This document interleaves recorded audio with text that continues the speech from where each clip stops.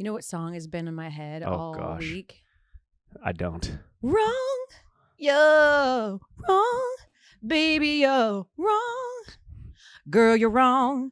Baby girl, you're wrong. Yeah. Damn. I was wrong.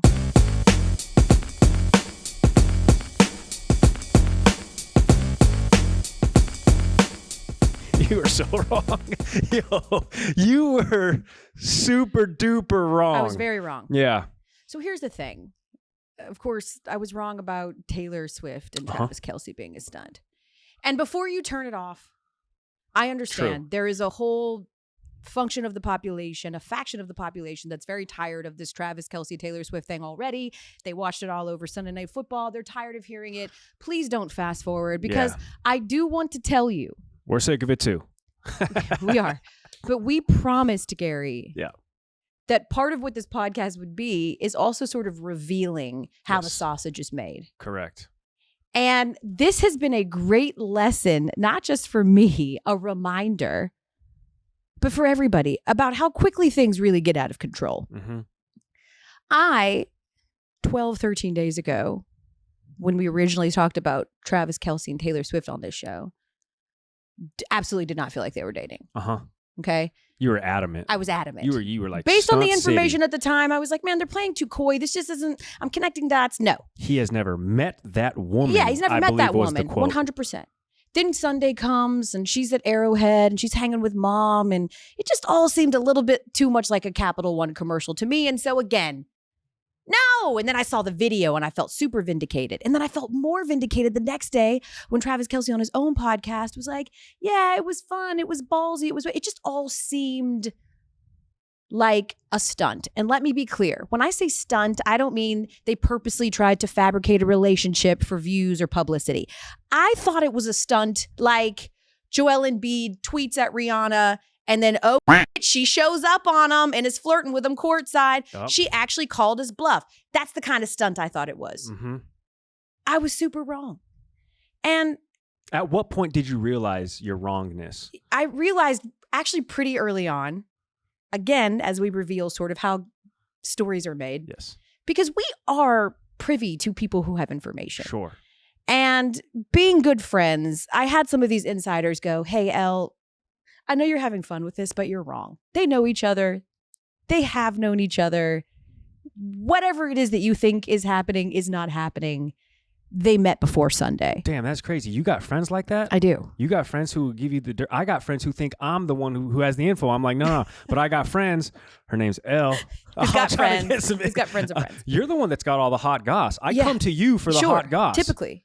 But here's the thing. When we did this show on Monday and I joked that I'm going to die on this hill, and I think I said it again on Thursday, and I just kept saying, I'm going to die on this hill. And it was mostly in jest. I realized very quickly the evidence was pointing to the contrary, that this was not a stunt at all and that they were actually seeing each other. They're kicking. But just, I was like, I'm going to die on this hill. I'm going to do my best Skip Bayless impersonation and refuse to hold this L. Because these are the hills you can die on, right? Like, they don't really matter. It's not that big of a deal. You certainly don't want to die on the hill of like election denying, but you can die on this hill.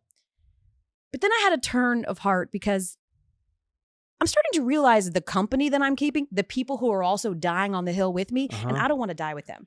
Yeah, because you're bringing them with you. Well, they've turned and they're not ready. Well, it's turned into something that is not at all what I said, right? Like now I've got people now that are like, yeah, I'm with Elle. Taylor Swift sucks as a person.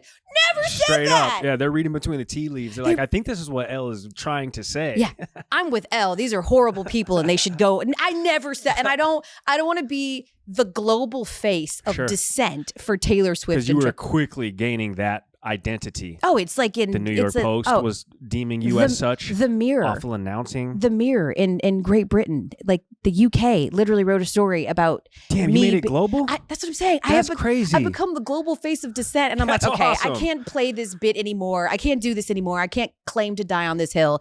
You guys, no, there's nothing wrong with being wrong when you are me and you unabashedly say things. Sometimes you're going to have to step in and apologize. But this is also a reminder, Gary, I don't know these people. And I thought based on everything that I know about Taylor Swift. These are like my two worlds colliding, pop culture and sports. I'm like, I know Travis Kelce and I know Taylor Swift, and this is not her. I know everybody she's dated. I know all about her love life. I know all about her music. She doesn't do this. She doesn't date someone for 5 years and not mention it, and then all of a sudden she's hanging out in the suite with her and her 50 celebrity friends. Not if there's not something behind this. But I don't know this woman. With a mustache, things start to change. Maybe that is Taylor Swift. And I don't know Travis Kelce. And so to assume that based on their public persona, they could not possibly be dating was just asinine. So, people not evolve. A stunt. Please, for those of you that agreed with me, thank you. It was really nice to be wrong with a large group of you, but we've got to stop. It's not a stunt. And what I don't want people to do, Gary, and the reason that I'm just coming to this mea culpa and stopping with this whole bit of dying on this hill is because I don't like what is already happening to Taylor Swift. And I want to be involved in this conversation without being the contrarian. Okay. So putting that aside, do not blame Taylor Swift for being a distraction, for Travis Kelce not playing well, for the Chiefs not playing good. No, it is not her fault. I am so tired of us doing this, and we do this to women. It's Jessica Simpson's fault Tony Romo spit the bit. Remember Kim Kardashian and Miles Austin for a hot second? It's her fault. It's always the woman's fault for distracting. Nobody's asking if Travis Kelce is distracting her from a world tour, from the release of her no one's saying that, and I don't like that. I don't like that all of a sudden this has become, this is too much, let's turn it on Taylor, he's distracted, like he can't carry on a personal life and also professional life. Get out of here. He's Travis Kelce. Stop. She's not to blame. So please stop. Full stop on that narrative. Not okay. Stop. What a turn of events. You went from the global face of dissent to now the number one supporter in Elle. After all of that, being targeted as such, I got to be honest with you. Yeah. I am super happy my name is not on this graphic.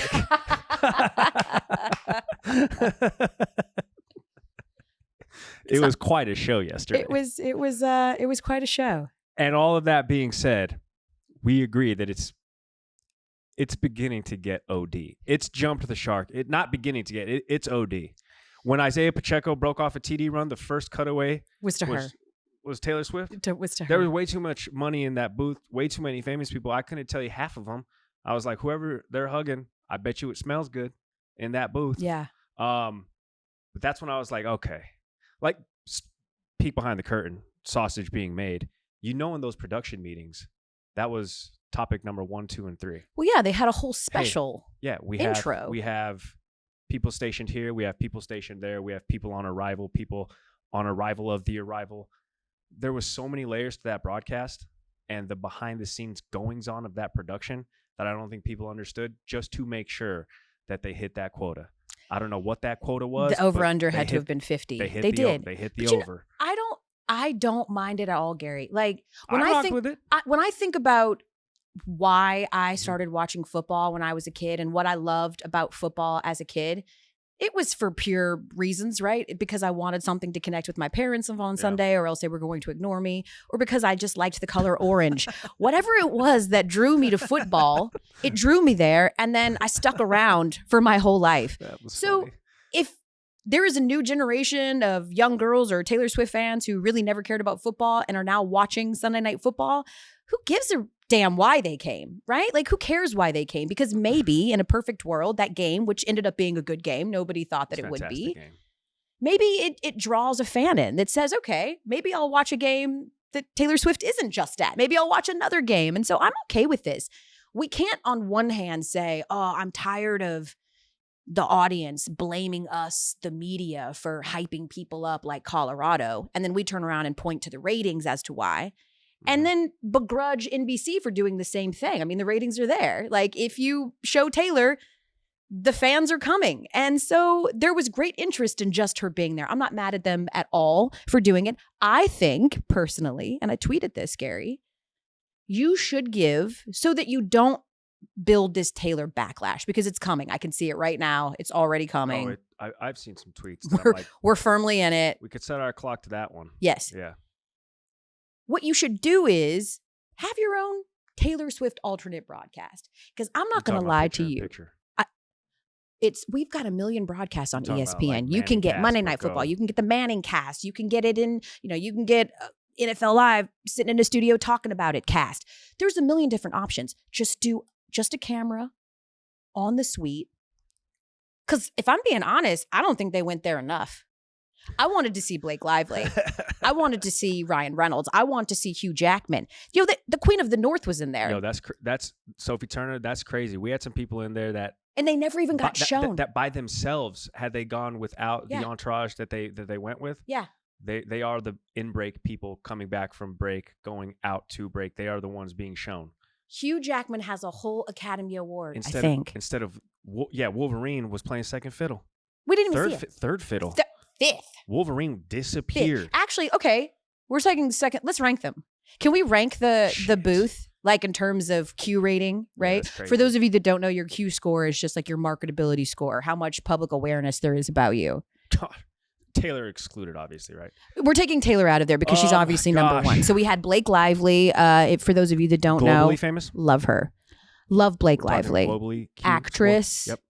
Ryan Reynolds, of course. Sure. Deadpool, Wrexham, husband. Hugh Jackman, good friends with Ryan Reynolds because they're shooting the next Deadpool. I was like, damn, I wish. That's crazy. That's who tweeting you? Hey, by the way, Elle, I'm standing right next to Taylor. And I feel like me and Hugh Jackman could really do some show tunes together. Anyway. Yeah, definitely. That'd be pretty sick. And lastly, Sophie Turner. So I'm going to put Sophie Turner as last on this rankings, just from the suite. I'm going to put her as last. Okay. Current events excluded because her and Joe Jonas have been making headlines. I know. Okay. For the wrong reasons, though. I don't want her to climb the rankings just because her marriage is falling apart. So I would say in terms of global awareness, you would put Sophie Turner last out of that. And I'm putting Hugh Jackman last. You shut. No, I'm not going to. No.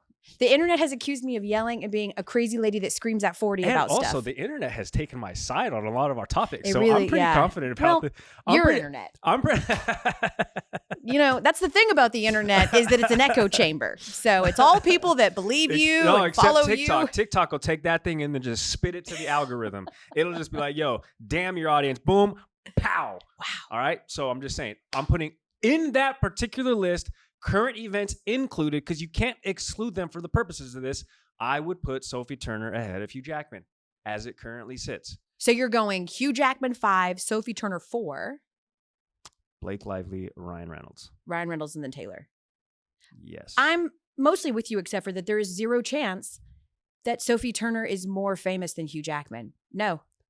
Fame or Q score recognition? Q score recognition. It's Hugh Jackman. What are you talking about? It's Sophie Turner, ex-wife of Joe Jonas.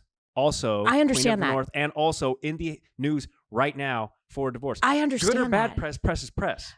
I understand that. Hugh Jackman also in the news right now for getting divorced. Is Sophie and a Hugh?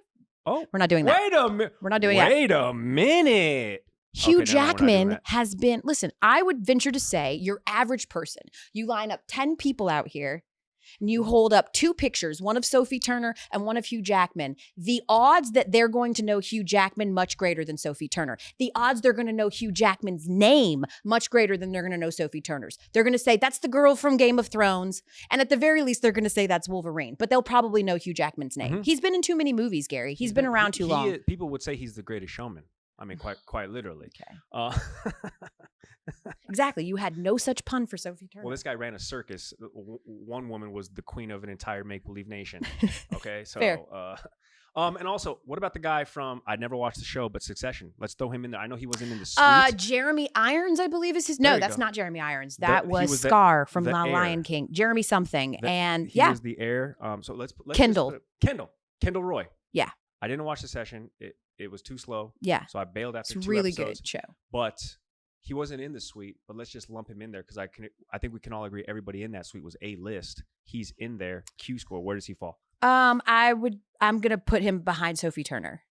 You're gonna put him dead last. I'm gonna put him, relatively speaking, but yes, out of that group, I would put him as, because I know a lot of people's names and his name is escaping me. It's Jeremy something.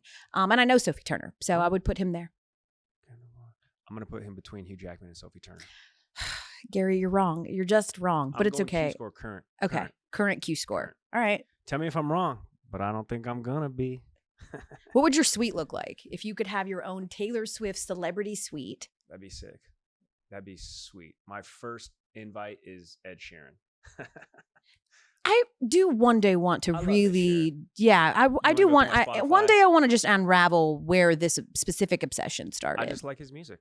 I think he checks off many boxes. Okay. Slow, emo, pop, punk.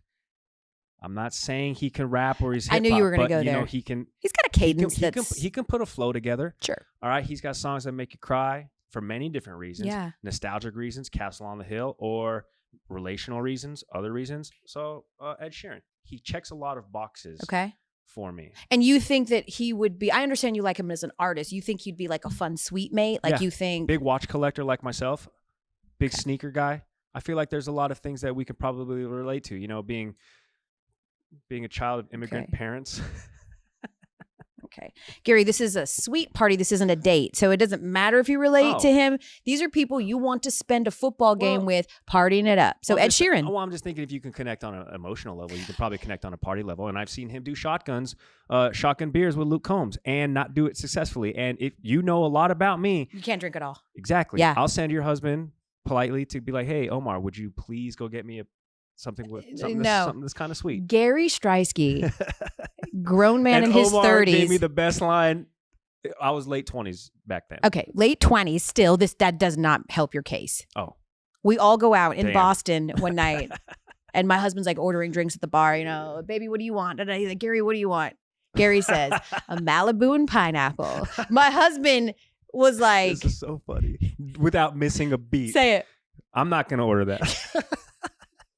No, Omar was going bop bop, and it was like yeah, whiskey, blah blah blah, whiskey. Let me get a tequila, da da da. And I was like, pineapple. I'll take a Malibu and pineapple. Missing a beat. He's like, I'm not ordering that. I'm not ordering that. You're a grown man. What else? Pick a grown man drink, so sir. Funny. So anyway, Ed Sheeran. We would connect. You get 3 more. I'm gonna tell you right. Okay. There's a lot of people I would want to invite. I know who would not want to come to my suite. Who would not want to be at your suite. You extend them an invitation. Oh, damn, you're going to hate this one. I would invite Tom Brady. He seems like a cool chill these days. Come on. I don't hate it as much as I would have hated it a few years ago. Super chill hang right now. And then I just want you guys to know, so far, Gary is only naming dudes. So he wants to have a full-blown sausage party. There's no women involved. He can have his dream fantasy suite, and he's just picking men. Go ahead. Well, I assume my girlfriend's going to be there. It's a big suite. Sure. I feel like I don't have to extend the invite to her. Okay. So I just assume she'll be there. So it's going to be Tom Brady. It's going to be Ed Sheeran. And let me think on the last one while you give me a couple of names. Okay. Because we can only invite 3 people. It's a small suite. It's a budget-friendly suite. It's a budget-friendly suite. Yeah. Okay. Yeah. You're in Taylor's suite, and she only gave you 4 tickets. Understood. Yeah. So you have to bring your own. So they're already there. Yeah. her celebrity friends are there. So you're just adding to it. Beautiful. Which might be awkward with Ed and Taylor, since they were apparently a thing back in the day. Be pretty cool. But I don't know, because I don't know anything. I would invite Jamie Foxx. I have had the fortune of partying with Jamie Foxx before. He is very fun. Seems like a cool ass dude. He's fun. He's an entertainer. Also a viewer of SportsCenter Snapchat. Nice. Yes. Shout out Jamie.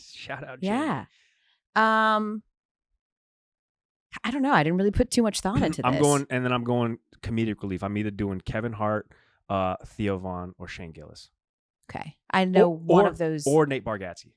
Actually, Nate Bargatze. Okay. Comedian. Cool. He's so funny. All Tennessee men still. We were really. Because I'm assuming my girlfriend's already there. Gotcha. Taylor Swift and her friends are there. You know what I'm saying? So you're providing all the men. Yeah. Perfect. I'm a matchmaker. Dave Chappelle then. He'd be a riot. Yeah, I would definitely invite Dave Chappelle. And then that would be awesome. Yeah. I want to hang out in your suite. Yeah, right? I want to invite me, please. Jamie Foxx, Dave Chappelle. Awesome. All right, you can have 1 ticket. That's fine. Awesome, dope. And maybe Oprah, because we would want someone to pick up the bill. Yeah, true. But I would assume this is like all expenses paid anyway.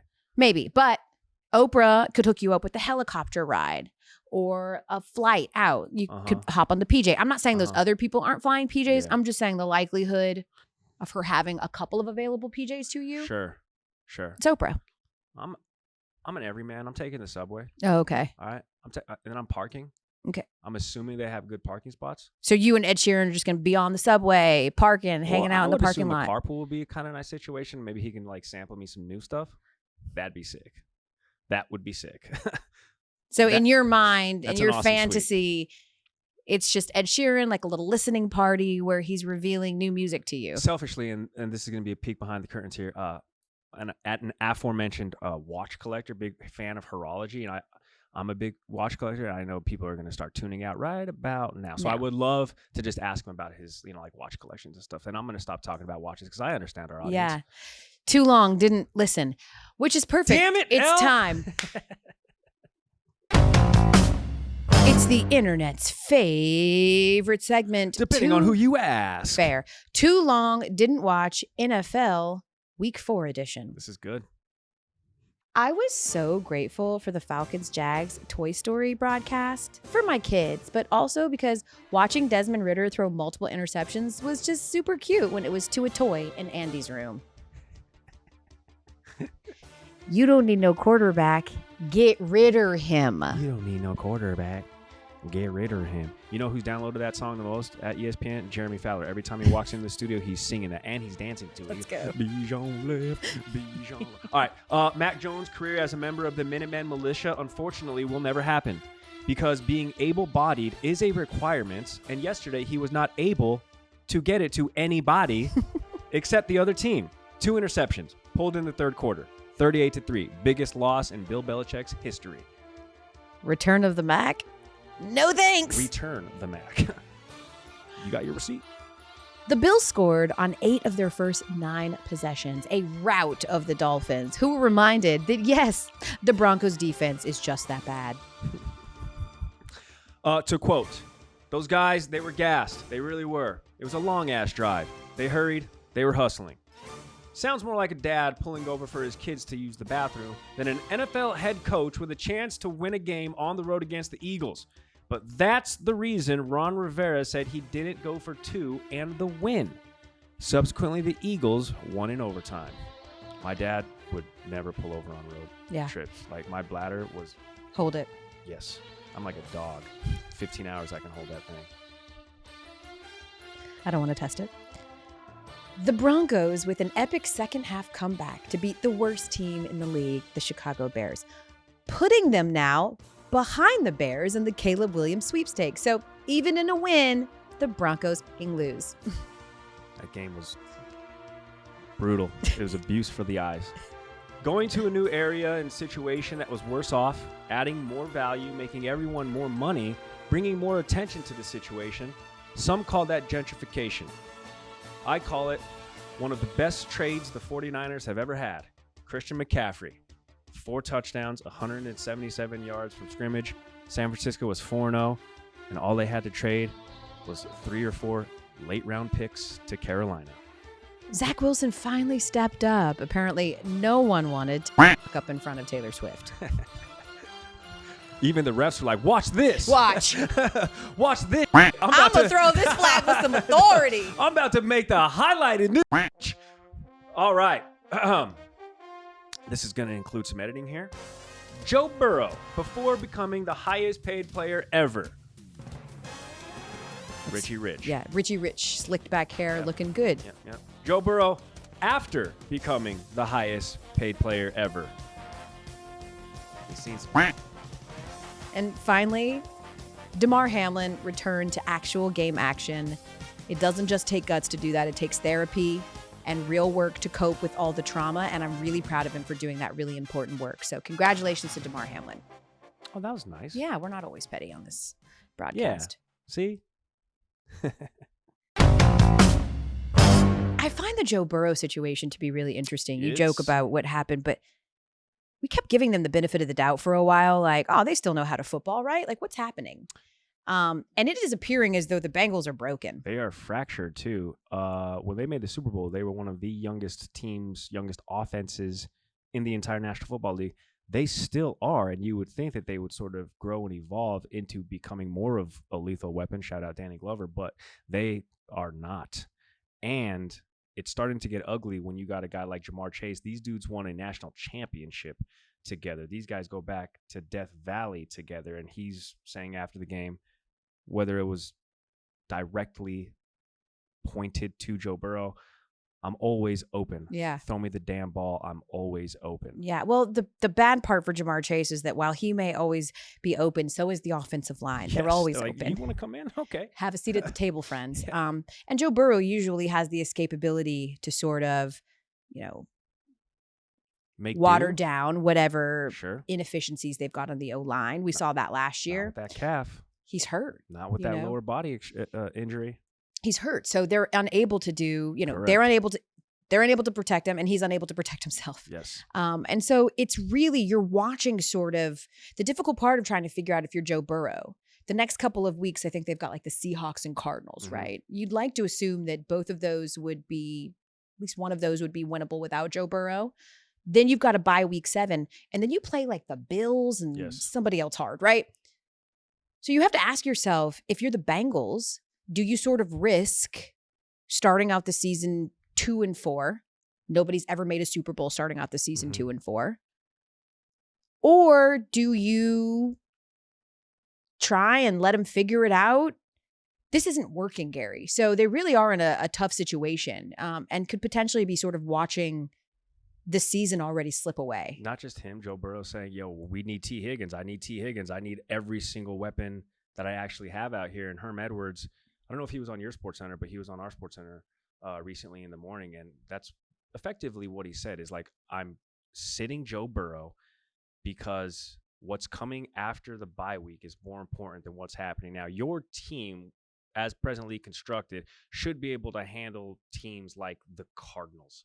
Right? Yeah. You don't want to re-aggravate or not have heal a calf injury because it's so important to push off that back foot in delivering those balls that we've seen Joe Burrow so consistently, though that he's not actually completing now. The Bengals are 1-3. Fortunately, they have a little extra runway, right, with 17 regular season games, but it's getting late kind of early, right? It is. And but also let me say this, the narrative, this is always a good reminder too, whenever we undoubtedly dust off he got paid and look what happened. Players get paid for services already rendered. He got that money for what he already did with Cincinnati. Now he's starting over for his next contract. But he was paid for taking them and probably to a Super Bowl when they were never supposed to be there, right? They beat the freaking Chiefs to get to the Super Bowl. Coming fresh off an ACL. He's still a guy that consistently beats Kansas City. So let's not do that, right? Correct. He deserved the money. He should have got the money. We all knew he should got the money. This has nothing to do with that. But it's very quickly becoming problematic for Cincinnati. 1-3. Yikes. Problematic. Speaking of which, you said that there was a huge problem with some people that would never come into your suite, and then you didn't pay that story off. Oh, well, not a problem with me per se. Oh, gosh. Wait, is it story time? It's story time. Okay. Which after listening to my last story, I'm like, dude, I'm a terrible storyteller. I go off on like tangents and stuff. Let me get into it. Yeah. 2018 NBA All-Star Game. We are in Charlotte. And I'm in the infancy of my ESPN career because that was, 2019 because I started in March of 2018. So we're in Charlotte, NBA All-Star Game. I'm still just doing SportsCenter Snapchat, which I still love, I still watch. And I still host. But I'm trying to aggregate some post Saturday night festivity interviews. Sure. It's Jamie Foxx, DJ Khaled, the Migos were there, Odell Beckham. And I'm like, oh, I'm going to go hard at Odell Beckham, see if he wants to, do a quick interview with me. Avi. I have the mic flag, which, by the way, walking around with an ESPN mic flag is effectively like having Thor's hammer. Yeah. You don't need a credential. If you have an ESPN mic flag anywhere, anytime. Just the water's part. Yes, that is. Yeah. That is the beacon that gets you in anywhere. So I get through the traffic of people because everybody's on, how All-Star Saturday night, everybody pours out onto the court and it's just a big, celeb fest. And I'm cutting through traffic, bumping shoulders with people. Meek Mill, I think I shoulder checked him accidentally. Sorry. And I go up to Odell. I'm like, Odell, what's going on, man? And I had the mic flag. I'm like, dude, my name's Gary Striewski. I host SportsCenter Snapchat. I was just wondering, cut me off mid-sentence right there.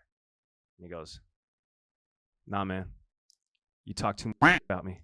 And I was like, oh, damn, he watches. Yo. He was like, nah, man. He was chill about it. He had like, nah, man, you talk too much about me. kind of like that. It wasn't like mean or ill will, but I was like, oh my God. And that was one of the first instances I was like, yo, these dudes watch. By the way, SportsCenter Snapchat, 1.5 million, 2 million viewers a day. And a lot of our current professional athletes are heavy consumers of the program.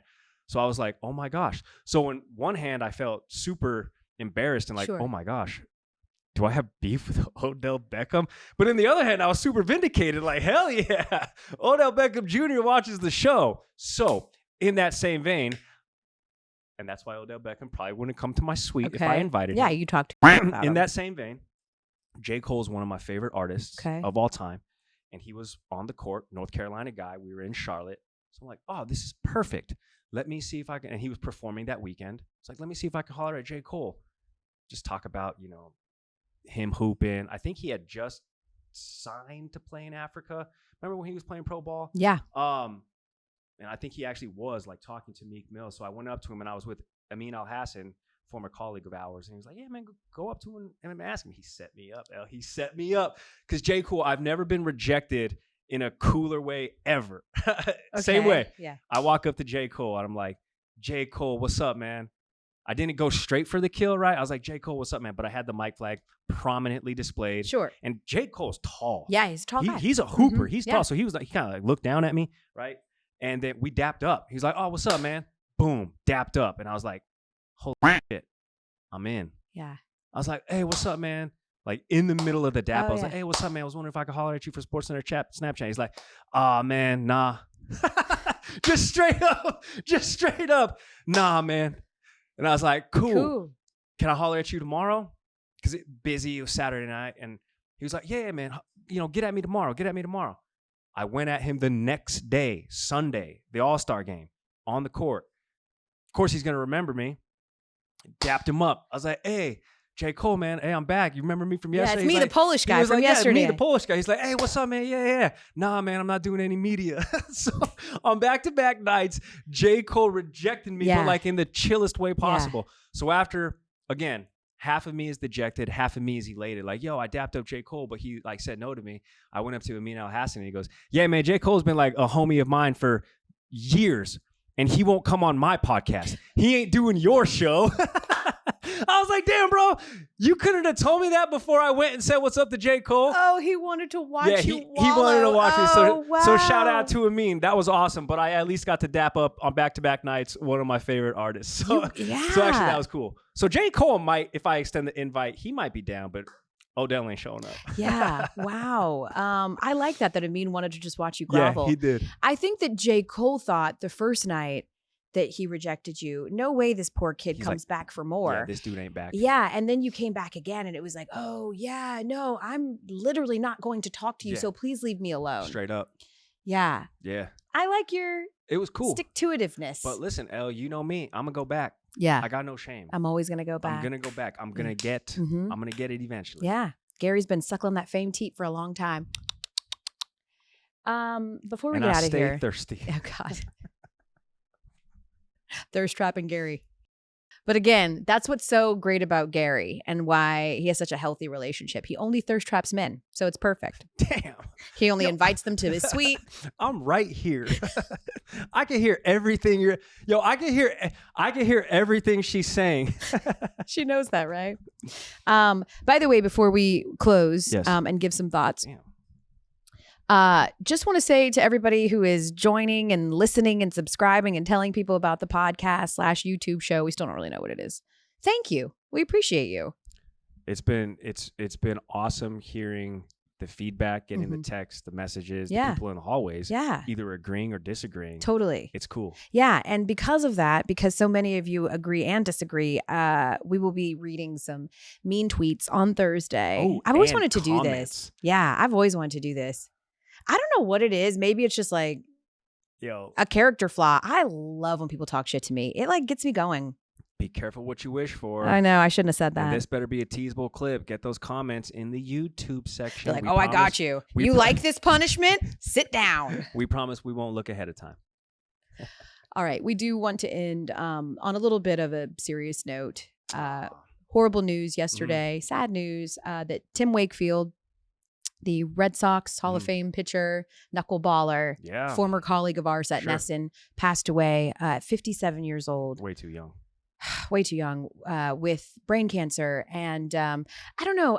I know you spent more time with Wake than I did. We did have a few interactions working at Nesson, which for those of you that don't know is the regional network, home of the Red Sox in Boston. And that's where me and Gary met.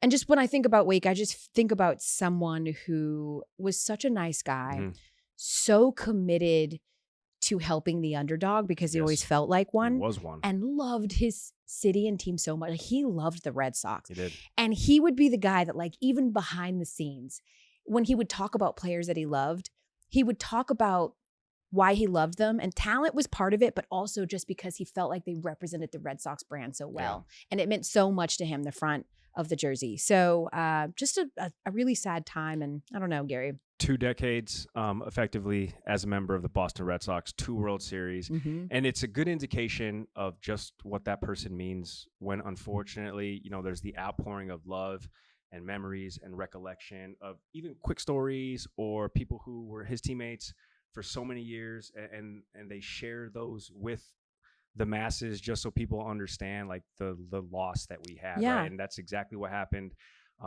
yesterday across social media. And I got to work with Wake a couple of times, but I'll never forget one of my first days at Nesson, the New England Sports Network, was, you know, we used to huddle up before like the pregame shows, and he walked up and he was heading to the green room, and this was still me like just getting to Nesson. I'm thinking, holy smokes, that's Tim freaking Wakefield. Yeah. And then not but a couple minutes later, here comes trays of Capitol Grill, lobster mac, steak, lamb chops, whatever else Capitol Grill has. And it's just those gigantic aluminum trays, and they just set them down right in front of us. Boom, boom, boom, boom, boom. Like 10 trays of food for all of us who were working on the news program, Nesson Sports Today. And they were just like, oh yeah, no, Wake just ordered you guys dinner. He just got you guys dinner from the Capitol. It was probably like $2,000 worth. And I don't even know what it was for. It seemed like it was just like a random Friday. Yeah. But he would just do that. Yeah. You know, and then head to the green room as if nothing happened. We would not even know it was from him. Yeah. Had the delivery person or whoever it was not told us that. So I think that's just a small glimpse of the kind of guy he was. He was always there to help and support, but from behind the scenes almost, right? Like he would just be there. The man professionally had a Hall of Fame career. Yeah.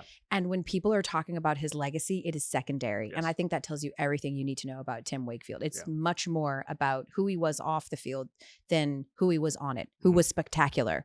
But just a great man who will be missed. And our thoughts are with his family and everyone that loves him so much. And we hope that he rests in honor, the great Tim Wakefield. We'll see you guys on Thursday.